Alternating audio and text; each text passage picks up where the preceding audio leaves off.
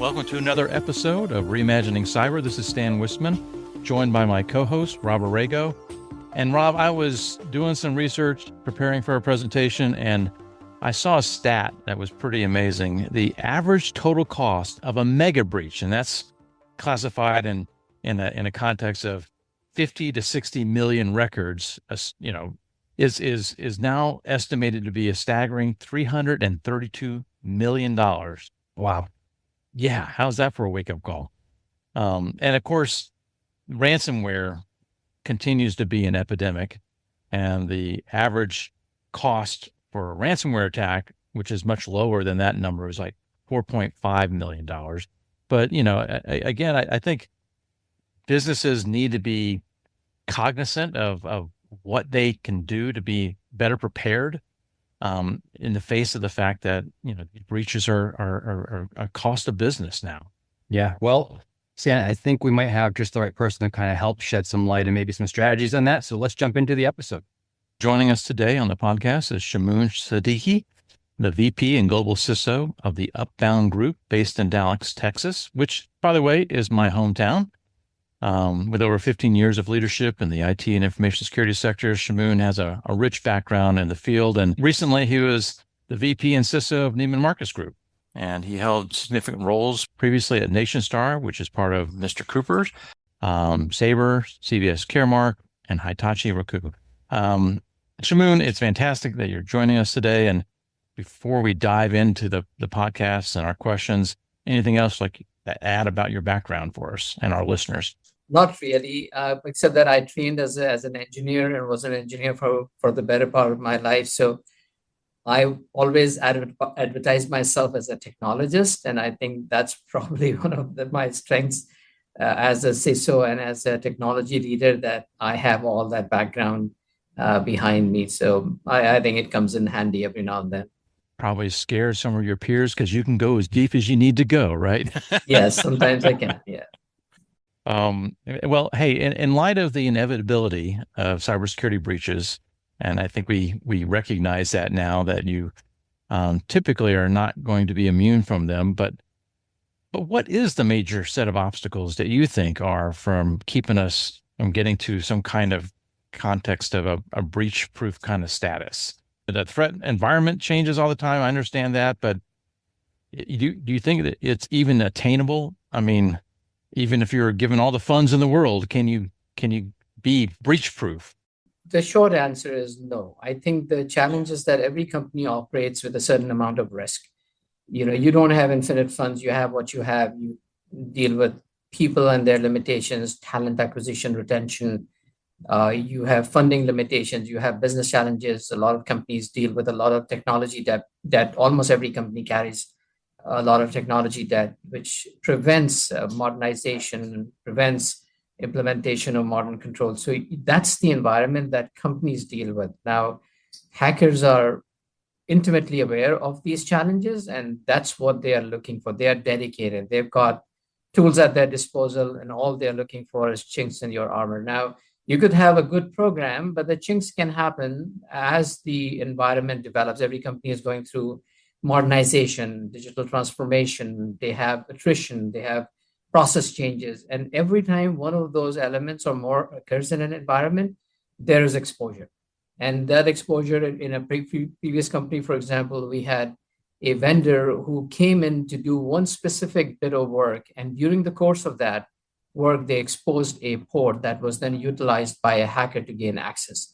Now, it was transitory. It happened literally momentarily, but that was enough. Now, all of my controls, all of the effort that I put in was laid to waste by that just one moment of negligence. And all it takes is a misconfiguration, right? I mean, yeah. But, I have to admit, one of the things that happened, an incident that sort of opened my eyes to the unattainability of a breachless state was when JP Morgan Chase was hacked. They have so much money that they've dedicated to cybersecurity, right?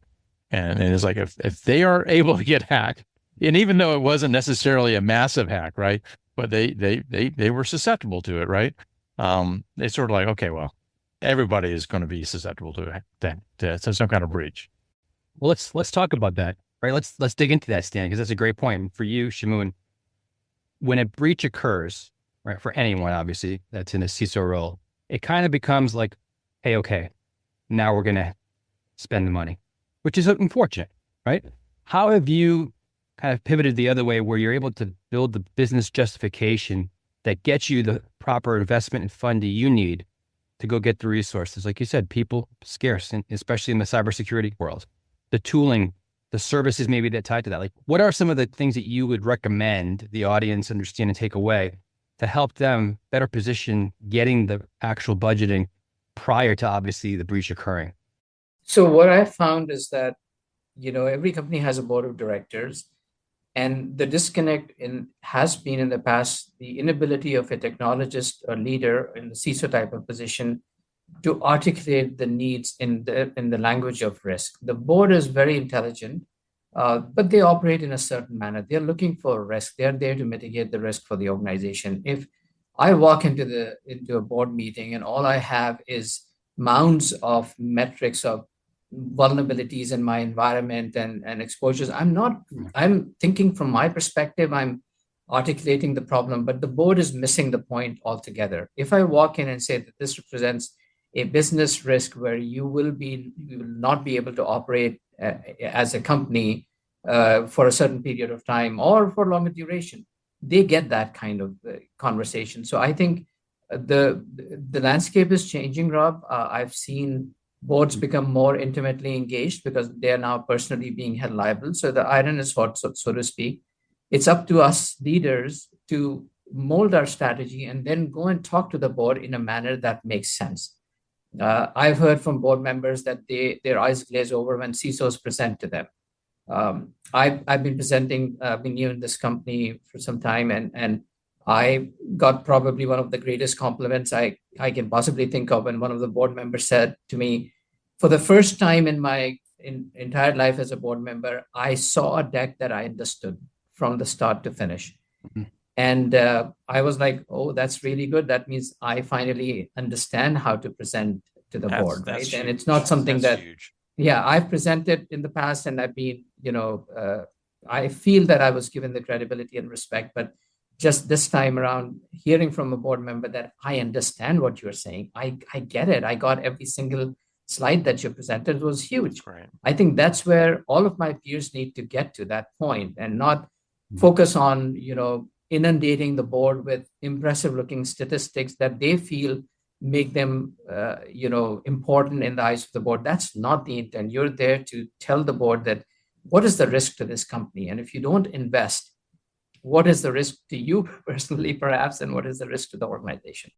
So, Shamoun, we've talked on the podcast about program maturity, and actually we've broken it down into different areas, functional areas within the information or cybersecurity program, right? You could have a high level of maturity in your identity domain, right? But a lower level of security in your application security team, right? And so you're trying to raise the bar overall for your program to a higher level of maturity, and recognizing that you may have a disparate maturity levels between your functional teams, right? How is this important? Why is it important to actually have that as a goal of raising your maturity level and your capability level? And when you're doing that, what kind of metrics have you found to be most effective in helping, track that maturity and recognizing that, again, in each of the functional areas, they may be different metrics, but maybe you can give some examples. I think that's true for any environment, right? Just like it's true for the people that you have on your team. Some of them are superstars, others need to be handheld and coached and mentored. So the same thing translates into the maturity of the program. Where you have good people, the maturity of the program is better. In other areas, it may suffer, but that's why we are here, right? So, and that's why it's a multi-year program. So we, focus on the areas that need care and feeding, and we continue to mature those programs. What I found is, having some form of an assessment methodology in place that is robust and repeatable helps because, these external audits from reputable companies go a long way in convincing your executives and convincing the board of directors that there are real gaps. I can scream till I'm blue in the face, but it's coming from me and it may not carry as much value. But when it comes, and I've seen in my recent past where the findings from a well-known consulting company were suddenly treated like, okay, this is etched in stone, guys, this is gospel truth. We are weak in this area. We have to do something. And, at that point in time, I just had to sit back and, hold myself back from saying, hasn't this been exactly what I've been trying to tell you for the past several years? Yeah, I told you so, right? So, but regardless, I mean, at that point, my objective is to elicit that support. And if they see it coming from a consultant better than it did when it came from me, then that's fine. It doesn't bother me. It sort of ties back to the budgeting thing we were just talking about. If you wouldn't listen to me and give me the money when I said it, then if this consulting organization says it and you give me the funds to get the gap filled, fine. Exactly. Just help me get there. Exactly. We've seen that card played many a time to get what you desire out of it. In the end, like you just said, typically the third party is going to come in and basically point out the things you've already been trying to drive in the program investment. Hey, listen, if that's the way it's going to have to work, then I'll leverage that third party to help kind of get me where I need to be. Right. So it's an interesting approach, but it's one that works. That works. Right. And I think it's up to me as a leader, and if I'm crafting the strategy and vision to work with the assessor in a very, what's the right way to say this is, I don't want to influence the outcome of their assessment, right. But at the same time, I want to tailor it surgically so it achieves my objective. So there have been times where I've said that, guys, I think we are weak in this area and I'd like you to highlight it so I can get the support from it. Show your cards a little bit. And circling back around to the metrics again, do you have some metrics that you like to leverage to actually, again, communicate up where you think you are beyond, like, and, again, this external assessment is a great tool, but it, again, program maturity, you could also, for example, if you look at an application security function and you're able to ultimately over time show a decrease in vulnerabilities in your application inventory, that's showing progress that you're ultimately reducing that attack surface for your application layer. So that could be an indication that you're maturing, right? So are there things like that you typically put in place?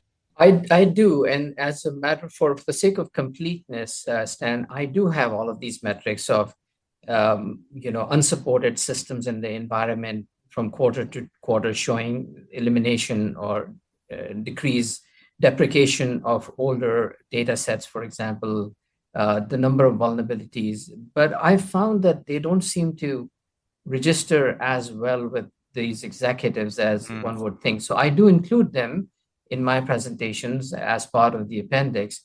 But what I found carries the most weight to them is the NIST score, for example, the overall maturity score on a CMMI scale going from 0 to 5 or 1 to 4, whichever standard you want to use. That seemed to register because it's a simple score and they can look at it and say, oh, you were 1.4 last time, you were 1.7. So you made good progress, but and then I have to go through the pains of explaining to them that I'll never be 5. I'm going on that CMMI score and it's a logarithmic scale and it levels off and increasingly becomes difficult to advance the needle from 3 to 3.5, 3.5 to 4. It gets increasingly difficult. So I'm not aspiring to be at a 5, but I'm aspiring to be at a 3.2, for example. And that so you manage their expectations, right? I manage help them understand that you're not achieving a 5. You're not going for that. Right. You're looking for something in the middle. Yes, and Stan, remarkably enough, it did take a couple of iterations because they were very puzzled. And why can't you get to 5? I said, because that requires expenditure of a significantly larger amount of money. It requires a much larger team to optimize the processes, and at some point in time you just have to cut it off. I said, we are not a bank, we are not a defense organization. Banks will certainly be 4.5. Defense organizations will be 4.8. But we are not at that. We are a retailer. We are a financial services company that probably needs to balance its risks, and so we will never get there. I think I found, to answer your question, metrics wise, just 1 or 2 very simple metrics that are aggregates of the overall risk in your environment. So maybe risk register showing how many Mm. open risks you are tracking at that point in time. Include vulnerabilities, include deprecated systems, include end-of-life systems in the appendix just for the sake of completeness, but don't go and drain the slides in front of the executives. They will not get it. And I think your point really ties back nicely into, it's not even the particular vertical you're in. You've been in retail for a bit. You've had other areas you've been in other verticals where at the end of the day, it's each business entity has its own risk appetite. And it's up to you necessarily coming in to assess and understand with the board, right? The credibility that you've built with them as an example of that, to come to an agreement as to the acceptable risk for our given organization equals X. And that helps you in balancing kind of what that expectation is, as well as the CMMI model as an example of like, here's where we are, here's where we're going to go. And we agree that this is actually a good fit for our given organization and our risk appetite. So that's a good approach, Shamoun. One of the other things I wanted to ask you about is, when you go through, unfortunately, the potential of some sort of security incident occurring, there's a lot of scrutiny that's going on, a lot of investigating that's happening from many cases, third parties getting pulled in to help. And sometimes you kind of, are being questioned, let's say, in your role as the person who's responsible for cybersecurity for your organization. Have you gone kind of looked at some of the aspects as it relates to how you navigate through that type of situation and how you drive through, in some cases, having to rebuild trust? You kind of called out an example of, a third party came in and did an assessment, and at the end of the day, they were pointing out specific things that you and your team have already pointed out. And that's okay, right? But going through that incident and kind of being there involved, being questioned as part of that, but then kind of almost, hey, let's dig in a little bit deeper and we'll come back to you. It gets you to be a little uncomfortable. Anything you'd recommend on that front for someone that maybe goes through that type of situation? Yeah, I think, in a nutshell, a breach is probably a CISO's worst nightmare. It's all that you've worked towards, all the credibility that you've built, all the respect, all the effort that you put in collapses completely in that moment of discovery and the aftermath that immediately follows. And it's very demoralizing. It's one of the worst experiences that I personally endured as a professional. The only saving grace there is how you build that program. What is the credibility of you and your team as security leaders and security professionals within the company that eventually comes to save you. Initially, yes, everybody questions, all right, why were we paying this guy? What was his team doing?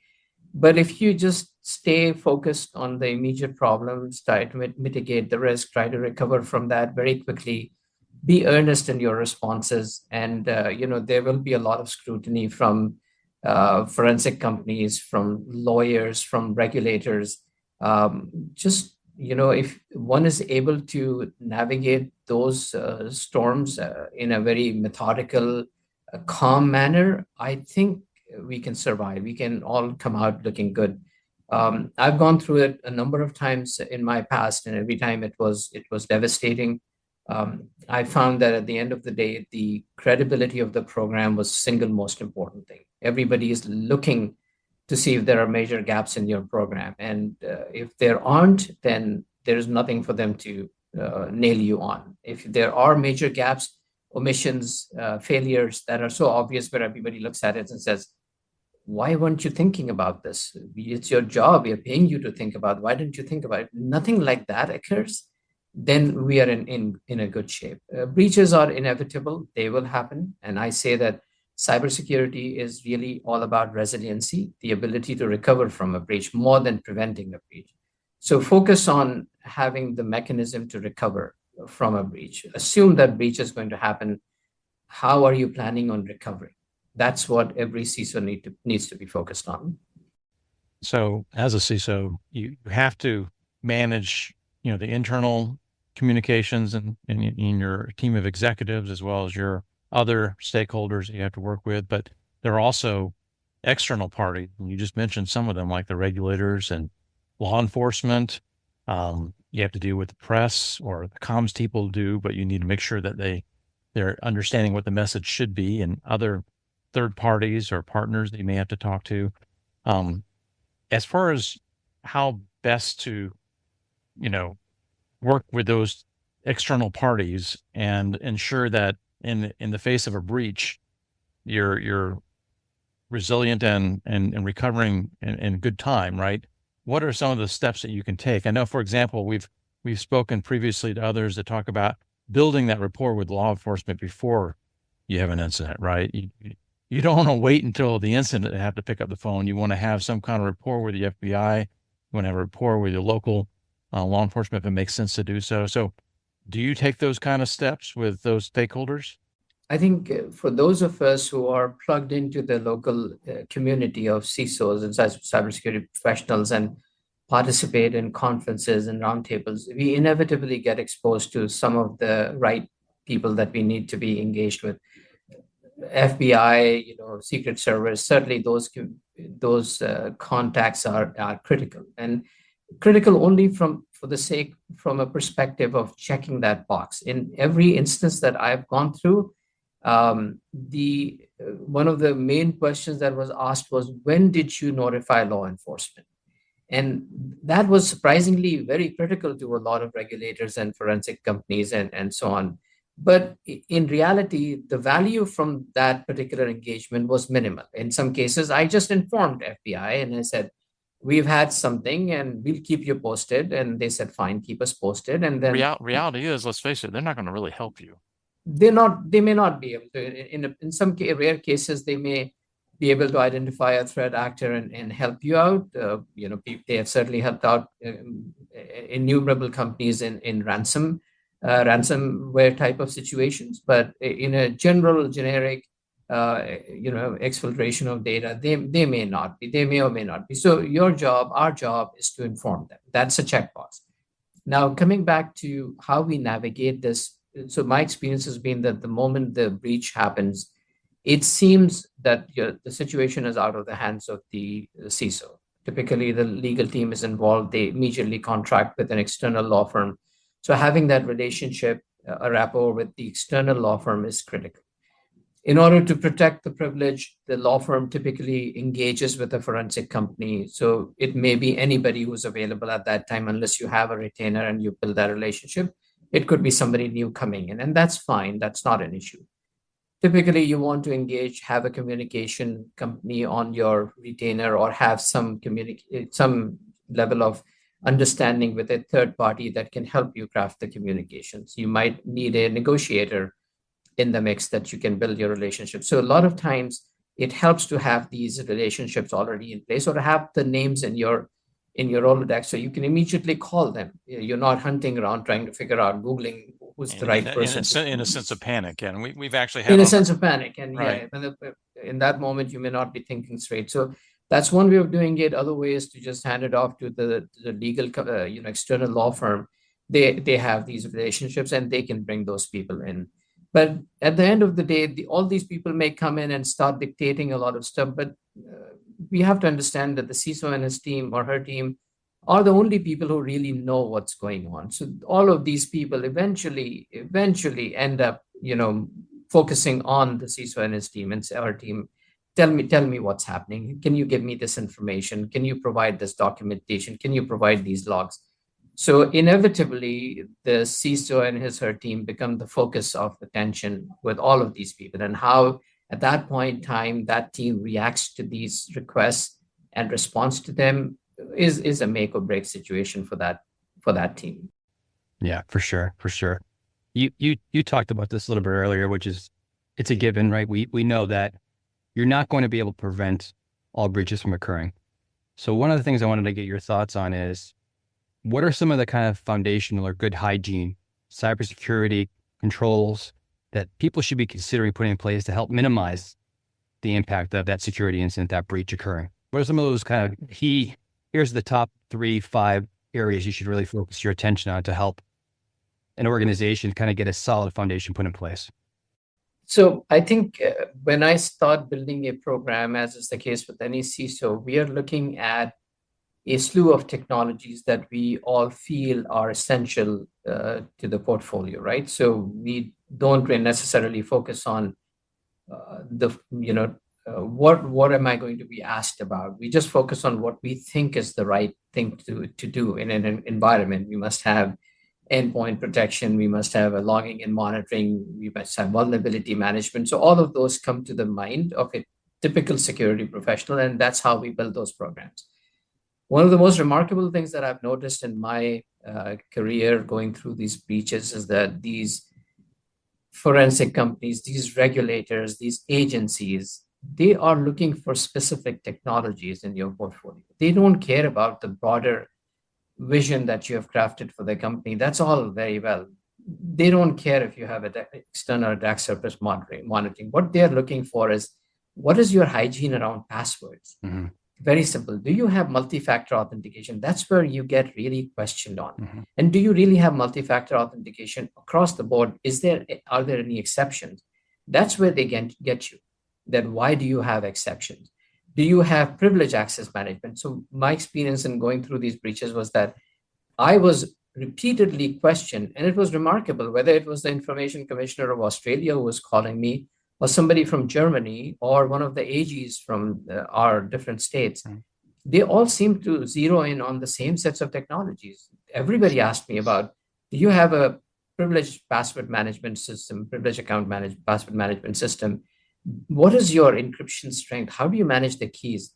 So they've been probably coached, or they understand that these are the mechanism by which most companies fail. And so they're looking for completeness in these areas. So standard endpoint protection is a given. But what is your, do you have all the logs in your environment, or are you missing some of the logs, some of the systems are? And it's amazing that we might think that, we have all the logs going in, but when the crap hits the fan, you realize that there were major gaps in your environment. Sure. So Right. my recommendation to CISOs is that just focus on the completeness of some of these essential controls. All of the rest of the stuff is icing on the cake, and it may come to bear in an incident, but these are the core pillars that will affect you. It's almost like there is that core checklist, as you said, right? The AG has it, right? You go talk to a different, country, and they have it. The cyber insurance carriers now are asking those questions, very similar. Hey, do you have them? Very, very similar. Exactly. Yeah. They're not looking for sophisticated. Nobody's ever asked me, do you have a CSPM, Cloud Security Posture Management tool? Right. Nobody asked that. Nobody asked me if I have an ASM solution in place, but they will ask me, how are you managing passwords in your environment? Password policies. Yeah. Right. Very basic stuff. Yeah, seemed very basic to us. We've talked a lot on the show, on the podcast, about cyber resilience. I mean, it's one of those things that we think is the evolutionary step from cybersecurity, is building in the ability to anticipate, to actually, withstand attack, because they're inevitable. How do you evolve after an attack? What's your opinion on building in and operationalizing resilience, and how have you tried to do that in organization?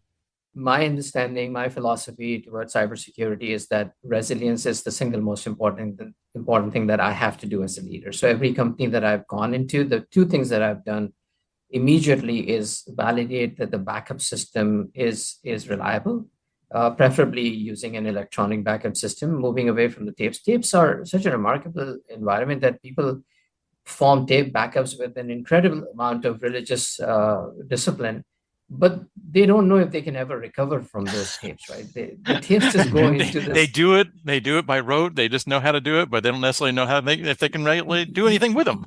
Yeah, they just go into this black hole of Iron Mountain, and they just sit there. And if and when the need arises and you recover those tapes, they cross their fingers. And there's no real mechanism to even recover. In one company that I was at, I asked the question that, how do you recover? He said, and everybody looked at me and said, yeah, we can have the tapes come back. I said, what happens then? He said, we are not sure, because there's no environment to recover to. So I was like, oh my God. So this isn't good. Yeah, this isn't good. So having that mechanism. Then secondly, I think a lot of CISOs may or not, I've just been fortunate or unfortunate, however you want to put this, is I've been responsible for DR, BCP in my organizations in the past. So I've been forced to focus on having mechanisms for disaster recovery. Now, disaster recovery is a very difficult and expensive exercise. The traditional mechanism of having another data center in another city, having duplicate systems, having some sort of a data replication is very, very costly, and it's in form of insurance that most companies cannot afford. So having an intelligent strategy around what do you have in your data center, what do you have in your clouds, and what can happen to those environments. Clouds can have, sort of inherent resiliency in some cases. If it's in AWS, you can build a geographic failover region at somewhat lower cost, and it can be, affordable. But in a data center, what can happen if you are in a tier 4 data center that can withstand a blast or a tornado? Then what can happen? If it's a hardware failure that's likely to happen, then have additional hardware on the standby.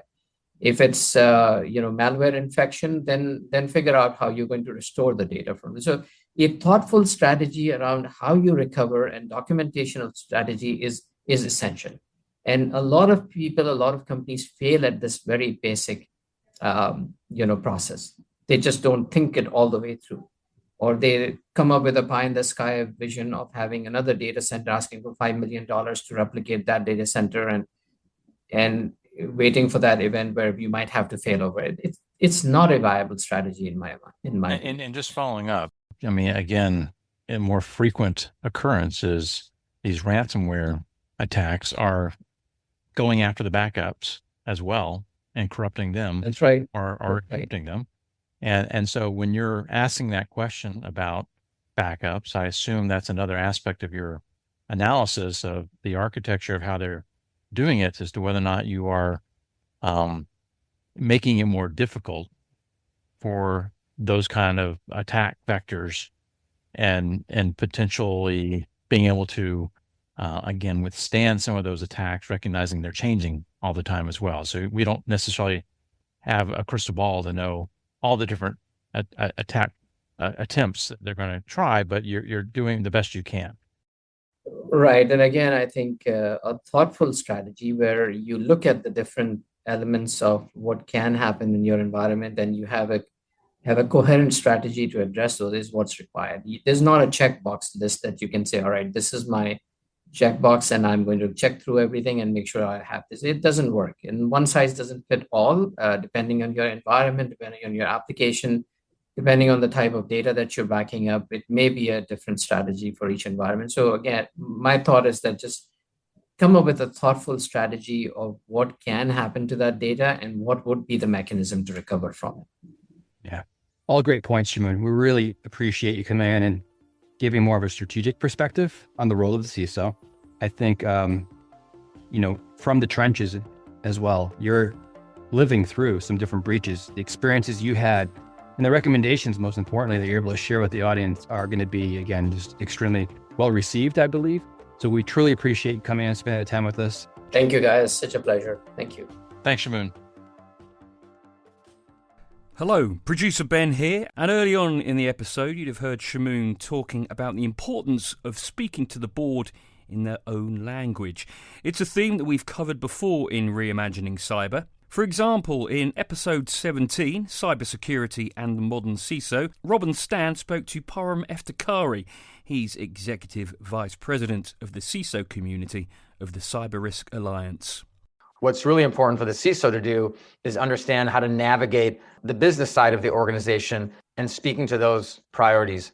At the end of the day, very few business leaders are going to be interested in how you're achieving those outcomes. And so if you can come to them and say, I've identified these risks to the business, and I can help you mitigate those risks by implementing some security strategies, and here's what they are in business terms. I can reduce the risk of hackers attacking the network. That's all you got to say. And then tie back to dollars and say, here are some scenarios I've built out. If you're in a manufacturing facility, you say, if we're down for 1 hour, we're going to lose X amount of revenue. And, most recently, here's 5 recent examples in our industry of ransomware or whatever incident that's happened that has cost our competitors X amount per day. That's hard to argue. That was Param Eftekhari. Thanks for listening to Reimagining Cyber. If you haven't already, do leave us a rating. It only takes a couple of clicks. And whilst you're there, you may as well write a quick review as well. Goodbye.